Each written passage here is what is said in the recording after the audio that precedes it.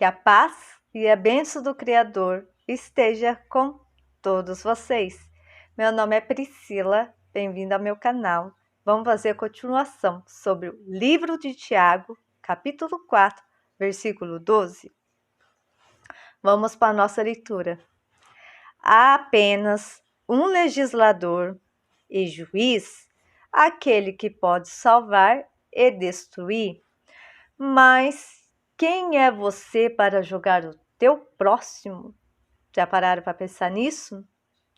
Eu já ouvi muitas vezes a questão de uma coisa polêmica, que é a poliginia, que é um assunto muito polêmico. Quem é monogâmico quer que todos sejam monogâmicos. Quem é poligínico quer dizer quer que todos sejam poligínicos. E quem é celibatário quer que todos sejam celibatários. Então é uma guerra muito grande de o que cada um quer que os outros também sejam, como Maria vai com as outras.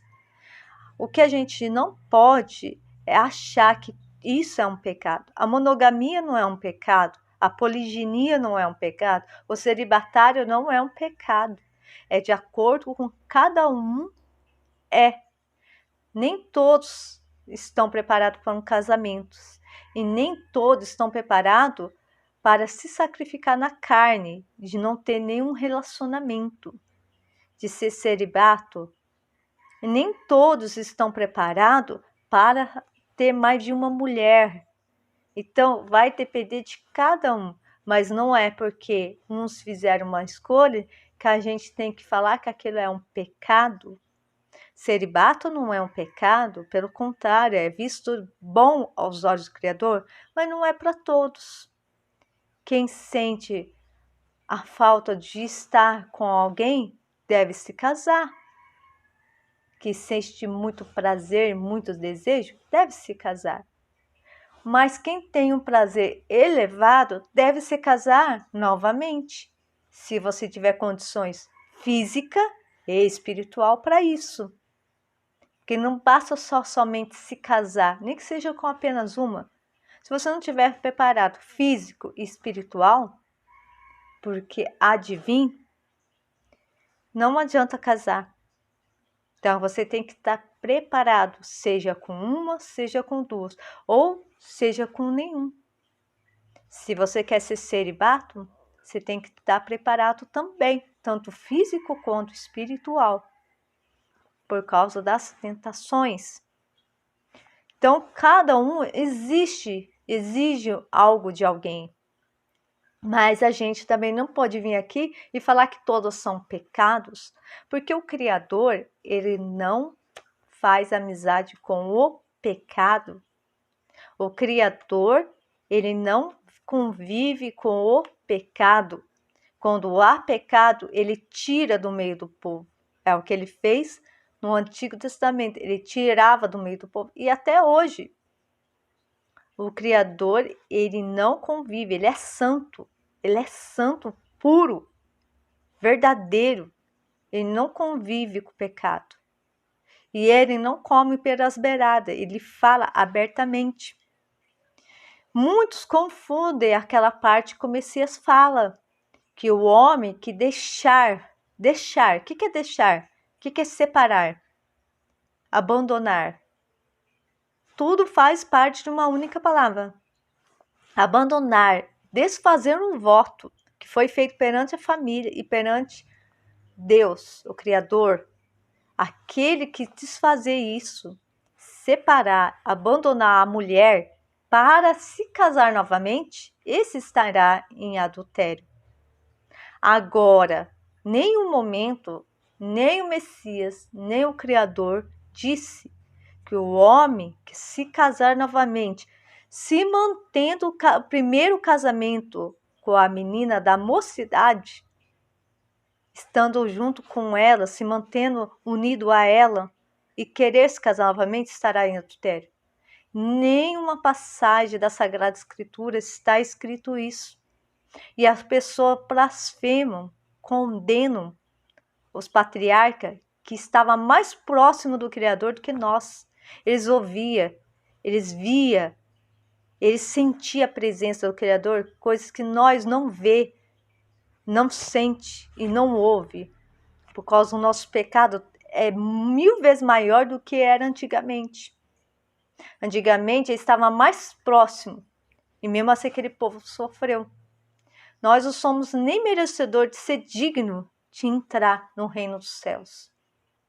Mas o Messias, ele veio mostrar para nós que com esforço, servindo ao Pai, sendo submisso a tudo que ele pediu para nós fazer, nós seremos dignos de entrar. Mas a gente tem que servir a ele de todo o coração, estar firme na lei, nos mandamentos e tudo que ele tem nos ensinado para ser digno. Tanto é que tem a parte que ele fala em Mateus 5. Vou ler o versículo 20. Porque vos digo que se a vossa justiça não for maior do que a dos escribas e fariseus, de modo nenhum entrarás no reino dos céus. Os escribas e fariseus seguiam a lei de ponta a ponta, só que não ensinavam o correto para o povo. Eles não ensinavam, eles ponhavam coisas que não estavam na lei. Esse é um pouco do resumo, mas para que possamos entender, a gente tem que tomar muito cuidado, que a gente fala dos patriarcas que foram de antigamente, em falar que eles estavam no pecado. Porque a gente falando que eles estavam no pecado, a gente está blasfemando, porque Deus estava com eles, o Criador estava com eles. A gente está blasfemando contra o Criador. Falando que o patriarcas, que era unicarne perante o Criador, estava no pecado. Tem que tomar muito cuidado com isso. Vamos fazer continuação? Eu disse que a gente ia ler sobre a política religiosa.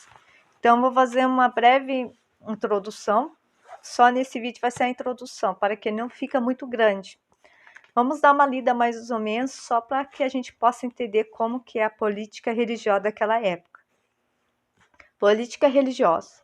O poder efetivo sobre a Palestina está nas mãos dos romanos, mas, em geral, estes respeitam a autonomia interna das suas colônias.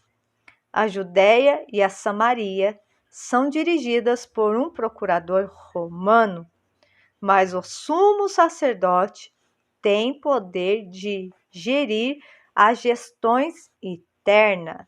Através da lei judaica, eles usavam muita lei naquele tempo. Eles usavam a lei para decidir. Que lei é essa? Não é a lei que os homens criaram, como é a lei de hoje. Aquele tempo era a lei do Criador.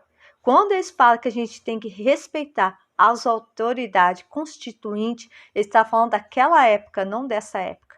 Porque daquela época eles usavam a lei do Criador para tomar decisões, só que de forma errada. De forma errada. Foi isso que o Messias tentou corrigir eles, porque eles estavam usando de forma errada. E a lei do Criador era usada muito, por isso que eles falavam, devemos respeitar a lei constituinte, as autoridades constituintes, porque usava a lei do Criador. Hoje em dia você não vê isso, usando a lei do Criador. Este, porém, é nomeado e destituído pelo procurador romano. O procurador romano que escolhia o sumo sacerdote que ia tomar conta. O centro do poder político interno da Judéia e Samaria é a cidade de Jerusalém e o templo. Com efeito, é do templo que o sumo sacerdote governa. Eles usavam o templo para governar. Por isso que o Messias falava, a casa do meu pai é uma casa de oração, não de território político ou questão econômica. Com efeito, é do templo que o sumo sacerdote governa, ajudado por um sinédrio de 71 membros, composto de sacerdotes, anciões e escribas, que são os doutores que estudavam a lei. O Sinédrio é o Tribunal Supremo, que é o penal, político e religioso, e a sua influência estende-se sobre todos os judeus, mesmo os que viviam fora da Palestina. Nas cidades também existe um pequeno aparato político, que é o conselhos locais, dominado de início pelos grandes proprietários de terra e mais tarde pelos escribas, doutores da lei. Da mesma forma, nos povoados encontramos um conselhos de anciões que se reúne tanto para decidir sobre questões comunitárias como para casos de litígio ou transgressão da lei, funcionando como tribunal. Além disso, no campo, as relações de autoridade permanentes são as relações familiares. Na sociedade do tempo do Messias, podemos distinguir vários grupos que se diferenciam no modo de se relacionar com a política, a economia e a religião, e que tem grande importância no quadro social da época. Então, aqui foi só apenas uma introdução do que eu vou ler, aí virar os grupos para que a gente possa entender o que o Messias falava naquela época. Messias, o João Batista, todos aqueles, até depois que o Messias ressuscitou e ficou os discípulos, todos aqueles depois do Messias. Então, eles pregavam conforme a política daquela época. Então, muitas coisas hoje não faz sentido, porque naquele tempo se usava a lei do Criador. Coisas que hoje não se usam a lei do Criador.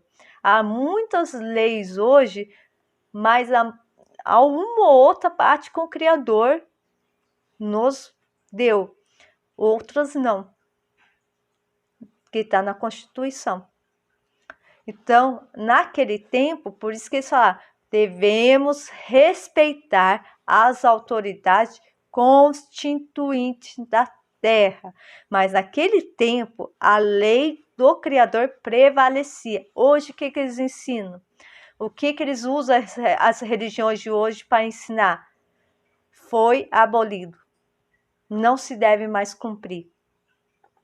É isso que é ensinado para nós hoje, que foi abolido. Por isso que o Criador não se manifesta como se manifestava antigamente. Até mesmo depois fala assim, não, porque o Messias ressuscitou. Depois que o Messias ressuscitou, ainda se manifestavam. Eles viam anjo, eles viam a manifestação, o esplendor se manifestar. Eles sentiam, eles ouviam, eles viam. E por que hoje é diferente? Porque hoje as pessoas se corromperam, seus corpos estão contaminados para receber o Espírito de Deus. A gente é um templo. O Messias falou que a gente é um templo. A gente somos o templo vivo do Criador para receber o Espírito dele. Mas por que a gente não recebe? Por que a gente não ouve, a gente não vê? Porque nós estamos contaminados, e cada vez contaminando mais, porque a tecnologia de hoje nos contamina, o alimento, a água, o ar, tudo está contaminado. E isso contamina o nosso corpo, para que a manifestação do Espírito de Deus, do Criador, não se manifeste. Dá para entender um pouquinho do que ele se falava daquela época. Porque a gente não pode comer coisas impuras. Não era só para quê? O Criador, ele não pensa hoje, ele não pensa ontem, ele pensa futuramente. Ele fala, as palavras dele é futura. Quando ele fala, ó, não faça isso, não faça aquilo, não faça aquilo, ele está falando não só para aquela geração, ele está falando para todas as gerações, até a última geração. A gente não sabe que visão que é o do Criador de geração. Nos deram que a geração vai se passando conforme esses anos vai se passando. Mas e a visão de Deus sobre geração? Que geração são? Ainda não se passou as gerações, ainda não parou a gente tendo filhos, pessoas morrendo, pessoas nascendo. Então a gente não sabe como Deus determinou as gerações, mas tudo que ele tem falado é até a última geração. Não se passa disso. É até a última e continua tendo gerações. Não se parou, ninguém parou de ter filhos. A geração não parou aqui. Continua as pessoas tendo os filhos, netos, bisnetos, tataranetos. Continua, não parou. Então, tudo que o Criador tem falado é para todas as gerações.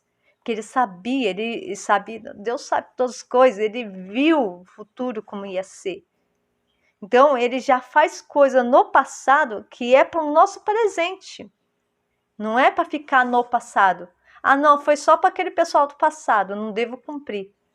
Não, pessoal, é para o nosso presente, para o nosso presente.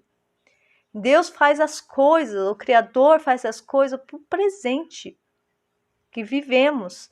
E será por nossas gerações, por nossos filhos, netos, tataranetos, bisnetos, conforme até ter terminado. Então, pessoal, aí no próximo vídeo farei sobre os grupos religiosos. Aí vou falar sobre cada um deles. Muito obrigada a todos. Até a próxima!